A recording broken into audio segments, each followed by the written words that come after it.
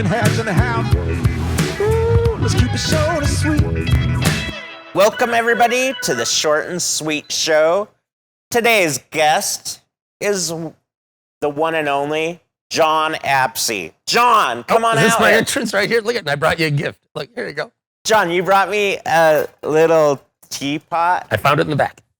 You brought me a teapot. It's actually yours. You stole my teapot. I stole your teapot. This is awesome furniture. Love it.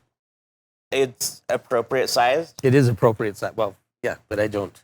Is this like pet furniture? It's for dogs. Dogs and cats. That's what I thought. So this is awesome. It's appropriate. It's for animals.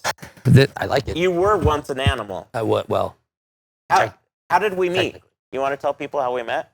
Yeah, dude, that was 100 years ago.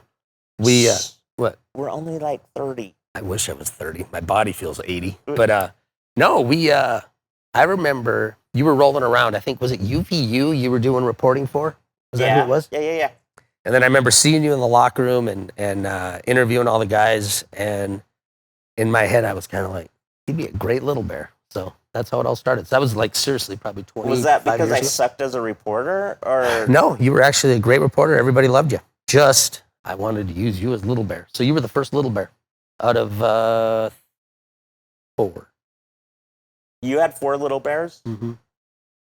You had 4 little bears. Yeah, but you were the first one. You broke the mold. And then I sucked so bad that you needed replacements after me. No, you didn't suck. You were good. You did great. You just outgrew the suit. I outgrew the suit, like width-wise. A little bit. Definitely. No, I'm just teasing. No, you did great. You did great. But no, John. What I loved about you, people, may know how you got into it, but they don't know, like, why did you even want to be the Jazz Bear? It was totally by accident. I didn't look at being a mascot. I was going to school to be an attorney. I was in criminal justice and pre-law, and CBA team, which was the Continental Basketball Association back then. The Fargo Fever came to town.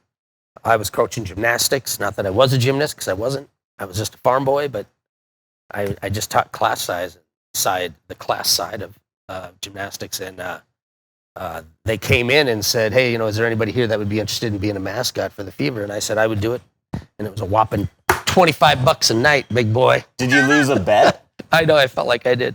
So, but we did that for a little bit, and then that just turned into another gig up in Winnipeg, which turned into another gig in Sioux Falls, South Dakota, which led me to tryouts out here in Salt Lake City back in '93, I think it was, and I got a job offer from Seattle, Sacramento, and Utah, and picked Utah. You could have gone to Seattle, but then you would have ended up in Oklahoma. I'm glad I didn't, because I like sun, not rain. Well, okay, so John, a lot of people don't know, like, you started a bunch of charities, and I know that I want to talk about those, but you also were very good terms with. Are you comfortable? Or do you need to stretch out? I'm getting comfy. There we go. You need to stretch out. Okay, now we're good. But I know that you got to know a lot of the coaches and the players. Did you ever piss off anyone as the bear? Yeah, pretty much. I mean, I, at one point or another, I'm sure I made everybody mad. But my most memorable one is with Jerry Sloan. One day I went into the locker room and I had a rubber poop, and I went in and set it on the toilet. And I thought, well, either Gary Briggs, one of our trainers, or Brian Zettler, one of our trainers, will find it, and they would just take it and it'd be funny. Blah blah blah blah blah. Well, game goes on. It's after the game. I'm walking into the locker room to get therapy and ice and stuff like that. And Jerry's in the middle of an interview. You remember how everybody stood around their microphones, Back in the day. Back in the day, right in the middle of it, he's like, I need to talk to you. And I was like, okay, Jerry, like nothing's going on. And as I go walking in the locker room, it was like the plague just walked in, because everybody was partying and nobody would talk to me. And I was like, what the hell just happened here? And then Mark McCowan, our strength coach, walked over and he's like, John, just get out of here. Go home. Let it blow over, blah, blah, blah, blah, blah. And I'm like, Mark, what is going on? And he's like, just go home. And I'm like, Jesus. Okay, so I freaking out now. And I'm starting to walk home, or starting to leave. And then Kevin O'Connor, the GM, grabs me and he's like, John, go home, let it blow over. And I'm like, Kevin, just tell me what happened.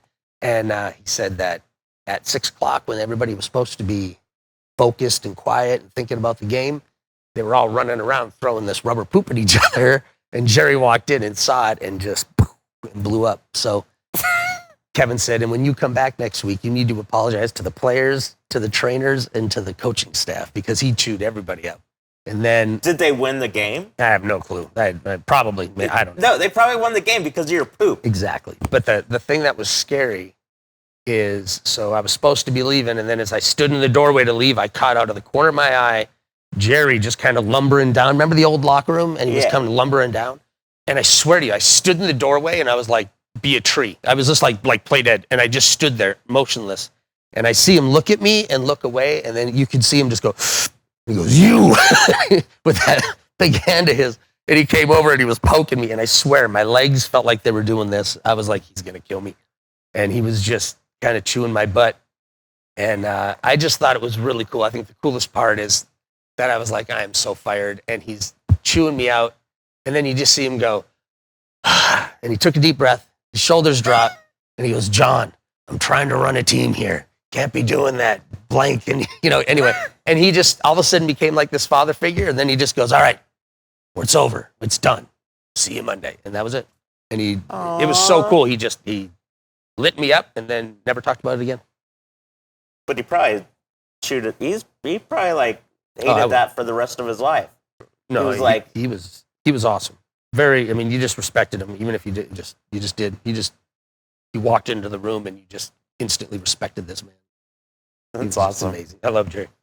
Well, John, we're going to take a quick break and then we'll come back and I want to hear more about your charities.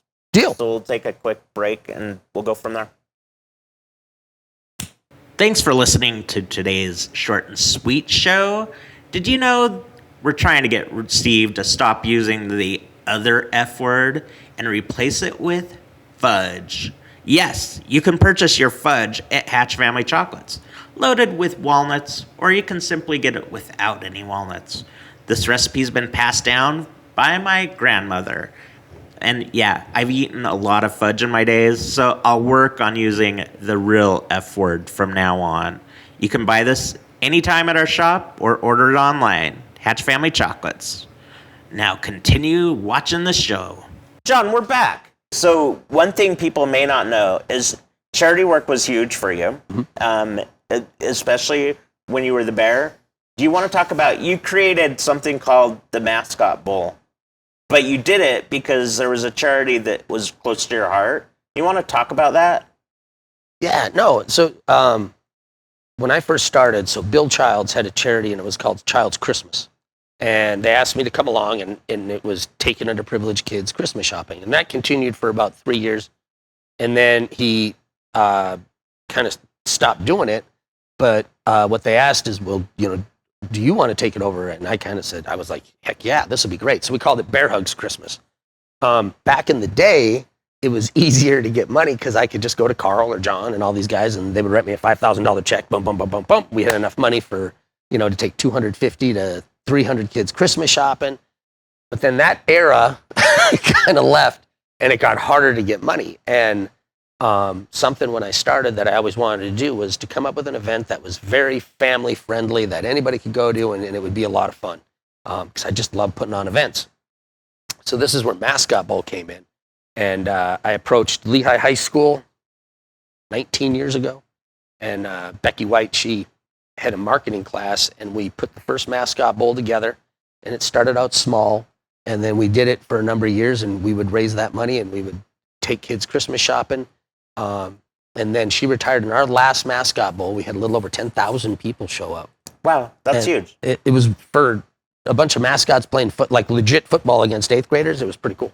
So then, now we've moved it over to Harriman High. Were they pretty supportive, like all the other mascots? Oh, everybody, yeah. We'll get about 30 mascots every year. So we get a bunch of pro guys that love coming in. We'll get NFL, NHL, MLB, NBA. And then we get all the local colleges and local pro teams. And we play full-on football against 8th graders. And then we have a ton of entertainment. We have skydivers, fireworks, celebrities that do autographs and do pictures. And the mascots are up in the crowd. And it's a ton of fun. We have Charlie Jenkins usually comes and does concert afterwards and stuff. And this year it's over at Harriman High. They took it on and are doing a great job putting it together.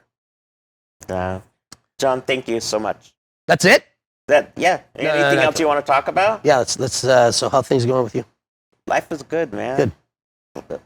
Life is always good. Especially when you work in a chocolate factory. I know. You have the greatest job, but I have the second greatest job. It's all right, you know. Well, thanks for having me on. John, thanks for coming. No, thank you. This is fun. I mean, known you for 100 years, and I'm giving you a hug, man. Oh, I love it. Oh, stand up. My whole body. Good to see you, big man. I love it. I love you too. Thanks.